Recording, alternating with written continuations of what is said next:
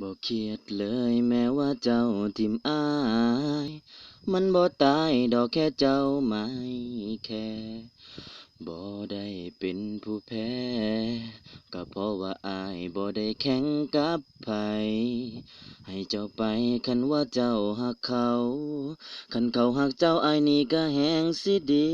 ใจเลิกกับเจ้าอายก็สิหาใหม่หามื้อใดก็ได้ส่ำผู้สาวฮอดยามหนาวก็ต้องหาคนกอดกอดผู้ใดก็บ่คือกอดเจ้ากอดคนใหม่คิดฮอดคนเก่าคิดฮอดเจ้าสู่เขาคนอื่นบ่ได้ฝืนความรู้สึกแค่คิดฮอดแค่อายคิดเห็นแค่คิดฮอดเจ้าเล่นๆเป็นจั่งใดน้อผู้สาวเก่าอายโอ้โอ้โอ้โอ้โอ้ละน้อ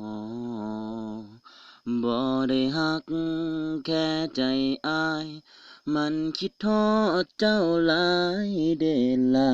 คิดฮอดแฮงยามกินเหล้า